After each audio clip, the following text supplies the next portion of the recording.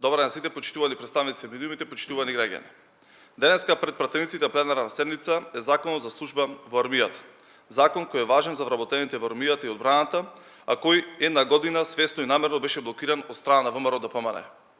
Со овој закон сериозно се подобруваат условите за работа, но и за пензионирање на припадниците на армијата. За професионалните војници, на кои им престанува работниот однос со навршување на 45 години возраст, овој закон пропишува обезбедување на испратнина, односно еднократен надомест во висина на 2 просечни плати, но не помалку од 1000 евра во денарска противвредност за секоја година помината во служба на армијата.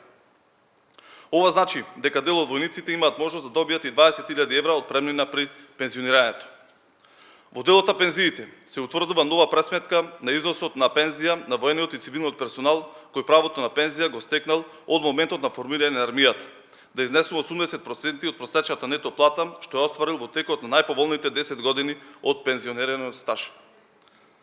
Преку измените на законот се воведува нова методологија за пресметка на платите во која влегуваат минималната плата, бодовите според чинот, должноста, работното искуство и армискиот додаток.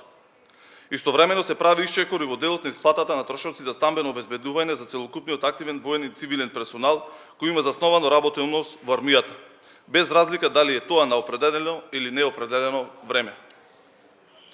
Почитувани, ова се само дел од придобивките за вработените во армијата и одбраната, што ги обезбедуваме со законско решение.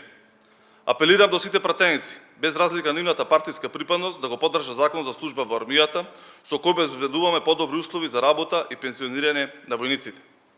Ние како парламентарно мнозинство ќе продолжиме со реализација на законски решенија кои возможуваат припадниците на армијата да имаат слични или исти услови за работа како и нивните колеги од армиите кои се дел од НАТО алијансата. Благодарам.